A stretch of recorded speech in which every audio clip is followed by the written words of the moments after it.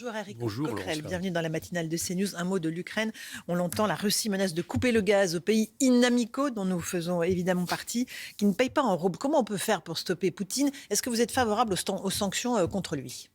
Aux sanctions économiques qui étranglent ses amis, oui, je pense que c'est ça le plus efficace. Parce que Les oligarques, c'est-à-dire? les oligarques, et on a été là-dessus encore trop peu efficace. Alors trop peu efficace notamment parce que ça fait des années qu'avec d'autres, nous demandons que, par exemple, les vrais paradis fiscaux soient ciblés, qu'on ait des vraies listes de personnes qui, comme ça, contournent les lois internationales en termes de fiscalité. Donc là, on est parfois bien en peine de cibler les oligarques qui sont en Europe. Mais c'est possible. Piketty l'a proposé, l'économiste, il y a quelques temps. Piketty, oui. Donc moi, je pense que la meilleure mesure, c'est d'étrangler, économiquement, je parle bien sûr, ceux qui profitent du régime Poutine. Voilà, c'est ça la principale cible. Parce que les autres mesures, par exemple la Les question sanctions d'embargo et autres, vous voyez bien que c'est un effet boomerang possible.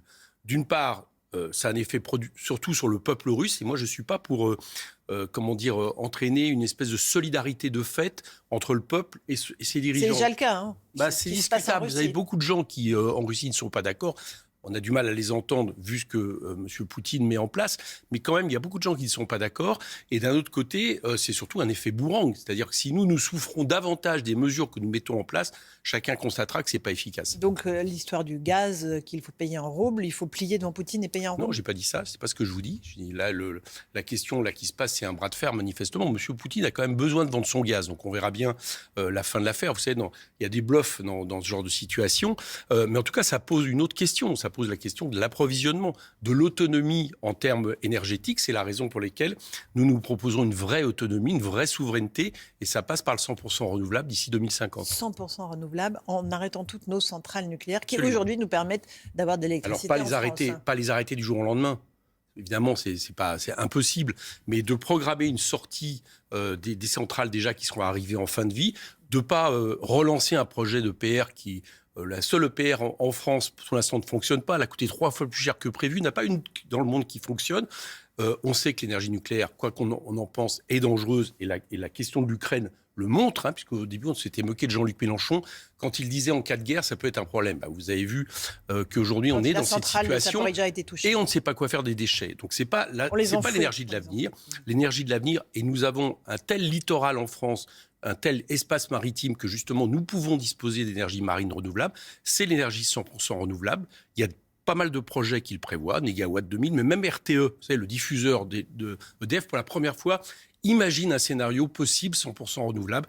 C'est là-dessus que nous voulons laver avec une sobriété de l'énergie. RTE a surtout fait un rapport où il disait que l'énergie nucléaire nous est absolument indispensable pour les années à venir. Sinon, nous n'aurons aucune indépendance énergétique. Je répète, dans les années à venir, on ne va pas fermer d'un coup les centrales nucléaires. Par contre, il faut programmer leur sortie progressive pour passer au 100% renouvelable. La question de l'indépendance énergétique, elle passe aussi par notre dépendance aux énergies fossiles, pétrole notamment. On voit la hausse des prix à la pompe. Aujourd'hui, entre en vigueur la mesure du gouvernement, 18 centimes d'aide par litre. Ça suffit ou pas? Non.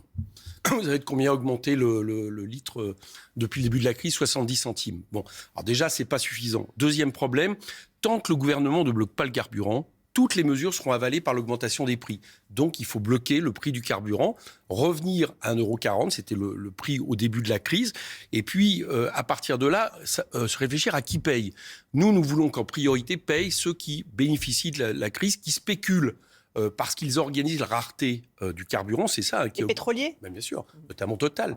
Total, 13 milliards de bénéfices, 7 milliards de dividendes l'an dernier. Il y a de quoi prendre un peu pour permettre justement de baisser le prix à la pompe avant de songer à des mesures qu'envisagent nos concurrents, qui est de prendre à l'État. Parce que si vous prenez à l'État, aux recettes de l'État, eh bien, vous avez moins d'argent pour la solidarité, pour justement une bifurcation écologique, etc. Mais pour arriver à 1,40 €, vous prenez à qui alors? L'État va quand même baisser ses taxes, quand même. Alors, il y a deux façons de faire. Principalement, les pétroliers. Au niveau européen, ce que Jean-Luc Mélenchon a proposé, et je ne comprends pas qu'Emmanuel Macron ne l'ait pas fait, puisqu'il est président aujourd'hui du Conseil européen, c'est de proposer justement à tous les pays européens de fixer un prix de gros, c'est-à-dire d'avoir un rapport de force des 500 millions d'Européens pour dire, on ne paiera pas le prix du pétrole plus cher que celui-ci. Alors ça concerne les pays producteurs, mais ça concerne aussi les raffineurs, enfin tous ceux qui profitent de la crise, qui pourrait être aussi une mesure. Et puis en dernière instance, si vous organisez une taxe flottante, c'est-à-dire faire en sorte que l'État ne perde pas, mais qu'il ne gagne pas non plus sur l'augmentation des prix, c'est aussi une solution. La campagne électorale, ça y est, on y est enfin. On est à 9 jours du premier tour. Nous, on y est depuis longtemps. Vous y êtes depuis longtemps, évidemment. Emmanuel Macron, un peu moins. Il a fait son 2e déplacement de campagne hier. Il sera en meeting demain. Hier, il a attaqué le tandem d'extrême droite, Le Pen-Zemmour.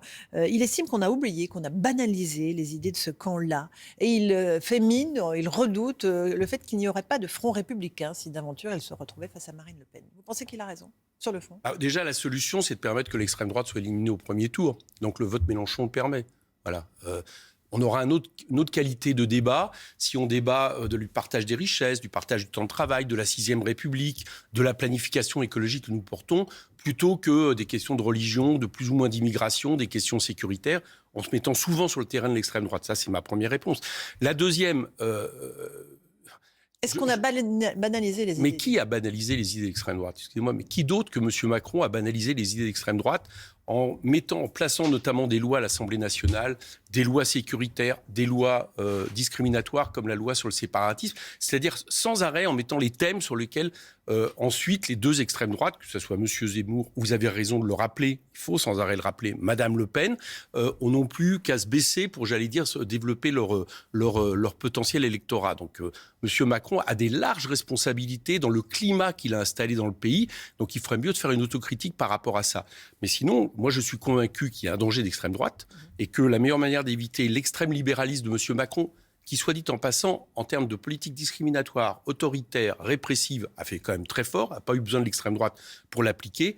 Et l'extrême droite, encore une fois, il y a le vote Mélenchon. Alors, vous dites que ce vote d'extrême droite vous fait peur. Vous appellerez à voter contre Marine Le Pen si Jean-Luc Mélenchon ne se qualifiait pas pour le second tour. Jean-Luc Mélenchon a dit qu'il allait consulter les 310 000 personnes qui l'ont soutenu. Il va les consulter en ligne pour savoir ce qu'il faut leur dire. Voilà, absolument. Mais la dernière fois, c'est exactement ce qui s'était passé. C'est ce qu'on renouvellera pour une bonne raison. C'est que Jean-Luc Mélenchon, sa voix, entre guillemets, ne lui appartient pas. C'est-à-dire, elle appartient aussi au mouvement qui s'est mis en branle derrière l'Union populaire et qui a son mot à dire. Voilà, et qui a des avis qui ne seront certainement pas les mêmes parce que c'est vrai que encore plus que 2017, il est des fois compliqué de dire que le vote pour M. Macron est un barrage aux idées d'extrême droite parce que lui-même, malheureusement, vous vous rappelez de M. Darmanin estimant que Mme Le Pen était trop molle sur les questions de l'islam, lui-même, malheureusement, les a banalisées. Donc voilà, il y aura un choix des électeurs, évidemment pas une voix pour Mme LePen. Pas une voix pour l'extrême droite, comme vous le disiez en 2017. L'extrême droite est notre ennemi. Donc pas de barrage non plus. Et nous sommes, encore une fois, la meilleure manière de l'éliminer au premier tour. Parce que là, on parle sans arrêt d'un deuxième tour possible. Mais moi, je vous dis une chose, Jean-Luc Mélenchon sera au deuxième tour, j'en suis persuadé. Adrien Quatennens lance un appel aux électeurs du Rassemblement national. Il dit qu'ils sont en colère, mais tous ceux qui n'adhèrent pas aux thèses ethnicistes et identitaires du RN se font berner en matière économique et sociale par Marine Le Pen. Il pointe du doigt le fait que c'est une candidate... C'est clair.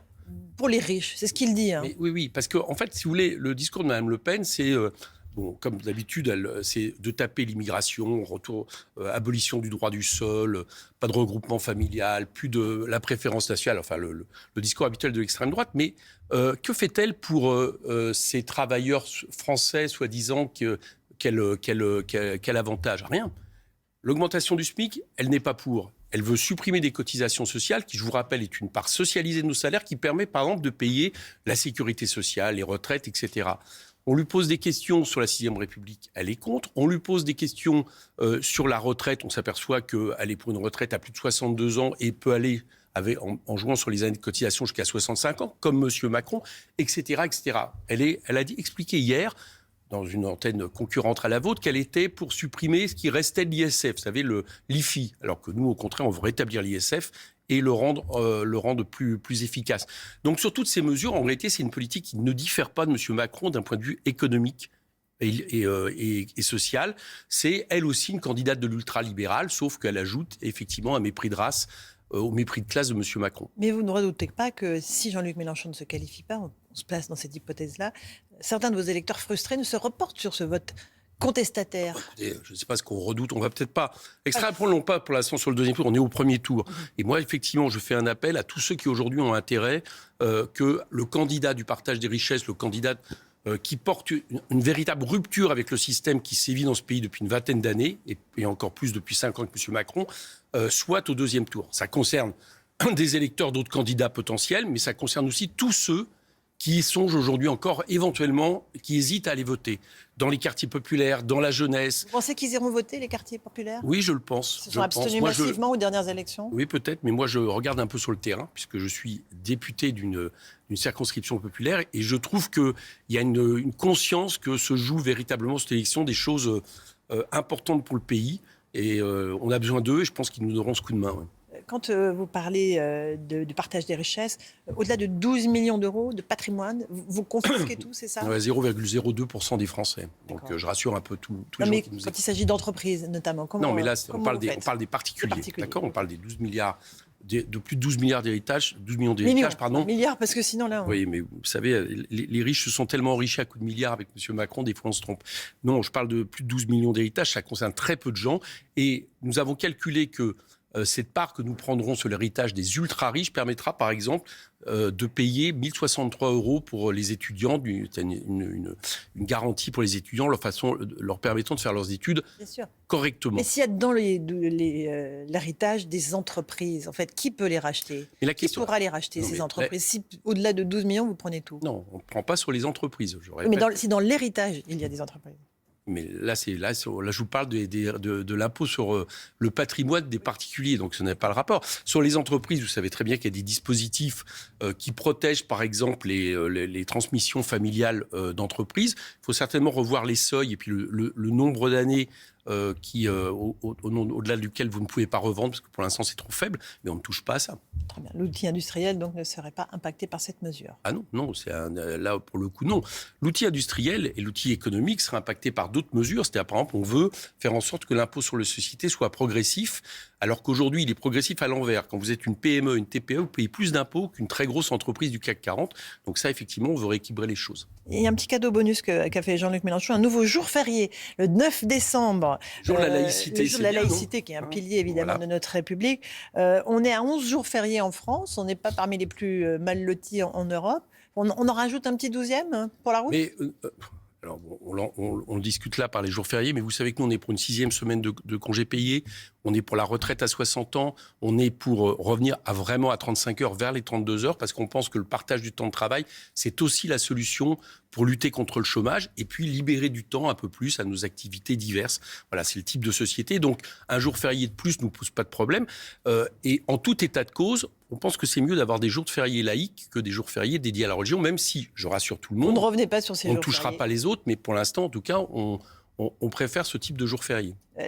L'après-présidentielle se prépare, évidemment. La gauche va tenter de se réunir. Est-ce qu'il y a des accords en vue pour les législatives avec peut-être les communistes à qui vous ne parlez plus ? Déjà, on a fait une proposition. On a dit que si on était au deuxième tour, on va se tourner vers tous les partis de gauche pour leur dire tous ceux qui veulent gouverner avec nous sur un programme qui, évidemment, devra être très proche du programme qui aura été majoritaire, c'est-à-dire celui de l'Union populaire, l'avenir en commun, eh bien, seront les bienvenus. Donc ça, c'est déjà un premier cadre. On a ouvert des bras depuis longtemps. Ça s'adresse aux communistes, aux écologistes à qui on a également écrit. Aux socialistes y compris aux socialistes. Même si Mme Hidalgo a passé son temps à nous taper, ce qui, à mon avis, lui a pas donné chance. Ça peut concerner aussi le NPA, enfin, toutes les forces qui peuvent vouloir construire une majorité de rupture avec nous. Donc ça, c'est déjà une première chose. Avec des partenaires, j'allais dire, plus naturels. Parce que, quoi qu'on en dise, le programme entre M. Roussel et M. Mélenchon, à 90%, est le même. Disons que ça pourrait, en théorie, être plus facile. Et effectivement, avec des législatives derrière, des candidatures communes pour peser un peu plus à l'Assemblée ? Oui, mais je reviens là-dessus. Peut-être qu'il y a quand même un préalable, c'est qu'on aimerait entendre, puisque certains leaders de gauche passe aussi un peu trop notre temps à nous cibler, ce qui nous désavantage pour éliminer l'extrême droite. On aimerait entendre certains leaders dire qu'en cas de duel Macron-Mélenchon, ils n'ont pas d'hésitation, ils voteront à gauche, c'est-à-dire Mélenchon. Vous pensez qu'ils le feront ? J'espère, mais enfin pour l'instant, ils ne sont pas prêts à le faire. Pour l'instant, ni Yann Hidalgo, à part M. Roussel, j'estime que... Ni Yann Hidalgo. Oui, c'est un problème. Ça montre bien d'ailleurs. C'est peut-être la raison pour laquelle le Parti socialiste est à 2% aujourd'hui. Un dernier meeting pour Jean-Luc Mélenchon sera à Toulouse. Non, c'est pas le dernier. Vous avez Toulouse avec le dimanche. Vous avez après aussi les hologrammes mardi avec 12 meetings qui auront lieu en même temps. Et après mercredi, jeudi, comme cette fois-ci, nous avons des députés, des orateurs nationaux en nombre, on va faire des meetings dans quasiment dans 40 préfectures de France chaque jour. Donc, vous voyez, on termine au sprint. Le bouquet final. Merci beaucoup, Éric Coquerel, d'être venu ce matin dans la matinale de CNews.